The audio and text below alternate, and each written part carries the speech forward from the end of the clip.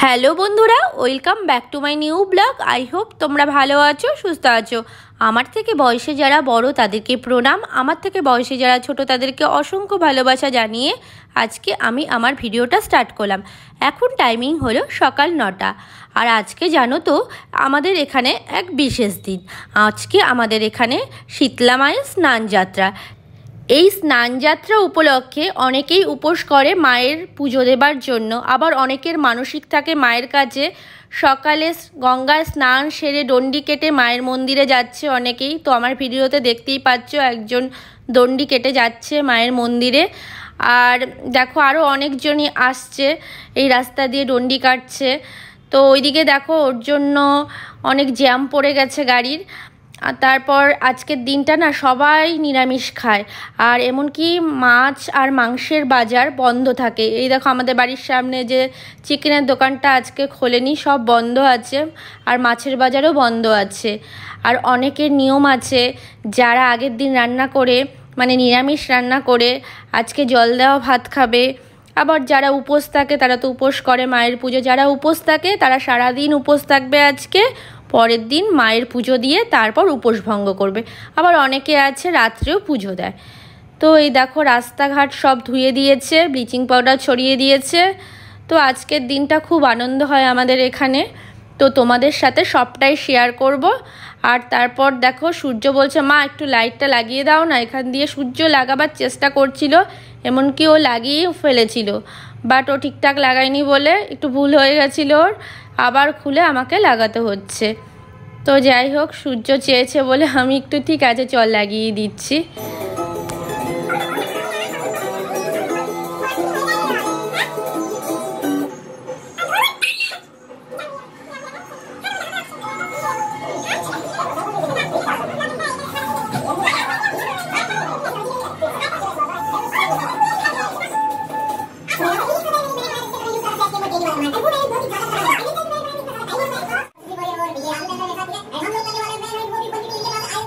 লাইটটা লাগিয়ে দিয়েছি, তো কেমন লাগছে জানিও। তো দাঁড়াও দূর থেকে দেখাচ্ছি। এই দেখো অর্ধেকটা হয়েছে, আরেকটা নিয়ে আসলে পুরোটা হলে আরও দেখতে ভালো লাগবে। তো ভাত বসিয়ে দিলাম, আর এদিকে আলু সেদ্ধ আর ডাল সেদ্ধ দিয়ে দিচ্ছি প্রেশার কুকারে। তো আজকে বেশি কিছু রান্না করছি না, যেহেতু নিরামিষ, ওর জন্য ভাবলাম গোবিন্দভোগ চালের ভাত, এই আলু সেদ্ধ, বেগুন ভাজা আর ডাল সেদ্ধ, ব্যাস আজকে লাঞ্চের মেনু আমাদের। এইদিকে সূর্য আমাকে ডেকে বলছে মা তাড়াতাড়ি ছুটতে আসো, অরিও আনন্দে কি সুন্দর খেলছে। তো আমি এসে দেখছি অরিও সত্যি কি সুন্দর খেলছে নিজে নিজে, ওই লেজটাকে কামড়াতে চাইছে। টাইমিং বিকেল 3টে, আমাদের লাঞ্চ কমপ্লিট। তো বেলকনি থেকে নিচটা তাকিয়ে দেখছি আমাদের বাড়ির সামন দিয়ে কত লোকজনের সমাগম হয়েছে, কত দূর দূরান্ত থেকে কত লোকজন আসে এই পুজোর উদ্দেশ্যে। আর কিছুক্ষণ পরেই মাকে বের করবে, মাকে নিয়ে যাবে স্নানের উদ্দেশ্যে গঙ্গার ঘাটে। তো আমিও ভেবেছিলাম শাড়ি পরে একটু নিচে যাব মাকে দর্শন করতে, কিন্তু আমি তারপর ভাবলাম না আর নিচে যাব না, ওপর থেকে খুব সুন্দরভাবে আমরা মাকে আরও ভালো করে দর্শন করতে পারবো। এই দেখো কত মানে সময় যাচ্ছে আর লোকের সমাগম যেন বেড়েই যাচ্ছে। তারপর না আমরা আর নিচে যাইনি, ওপর থেকেই আমরা সব কটা মাকে দর্শন করেছি, তোমরাও দেখতে পারবে। তো আজকের ভিডিওটা কিন্তু তোমাদের ভালোই লাগবে। তো মাকে বের করছে মন্দির থেকে, এই দেখো এই যে শোভাযাত্রা বের করছে। তো দেখতে থাকো ভিডিওটা, আই হোপ তোমাদের ভালো লাগবে।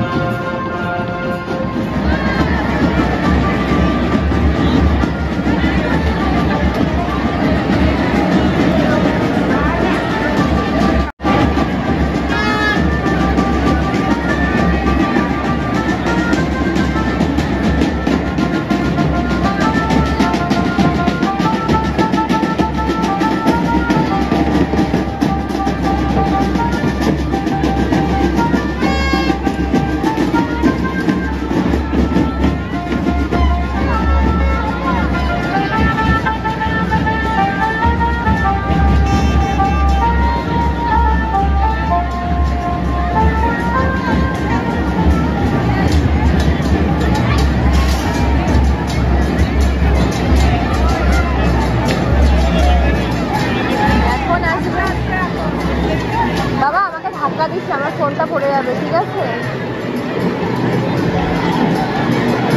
ওই দেখ, তুই ওপরে চলে যা বাবা, ওপরে ওখানে দাঁড়িয়ে দেখ।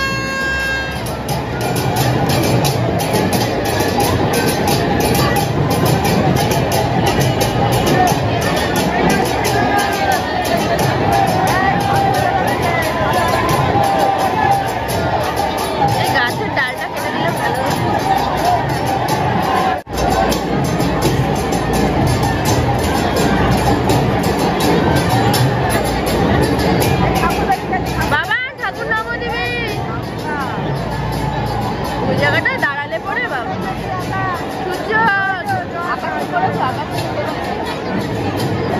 দেখতে পাচ্ছিস, তারা আসছে দেখতে পাচ্ছি।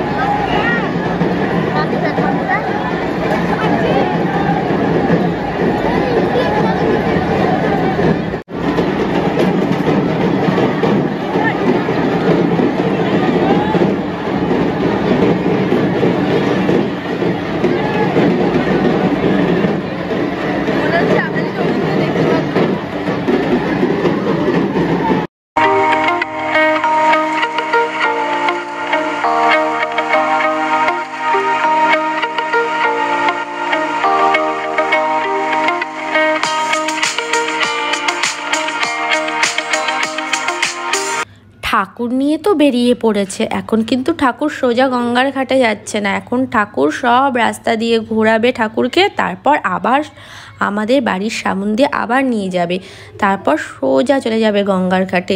তারপর ঠাকুর আস্তে আস্তে অনেক রাত হয়ে যায়, মানে মন্দিরে ফিরতে ফিরতে। আর যেহেতু আমি ভয়েসটা পরে দিচ্ছি, মন্দিরে ফিরতে ফিরতে এবার রাত 2টো বেজে গেছিলো। আর তারপর তো মা পাঠালো আবার ফুচকা খাচ্ছিলাম আমরা 3জনে মিলে, মানে বড় যা, আমি আর সূর্য 3জনে মিলে ফুচকা খাচ্ছিলাম। তারপর আশেপাশে যত মন্দির আছে মা শীতলার, সব মন্দিরের ঠাকুরকেই বের করেছে, সবাইকে স্নানের উদ্দেশ্যে নিয়ে যাবে গঙ্গার ঘাটে। তো এই গেল মিষ্টি মা, এরকম আরও বিভিন্ন নামের মা আছে।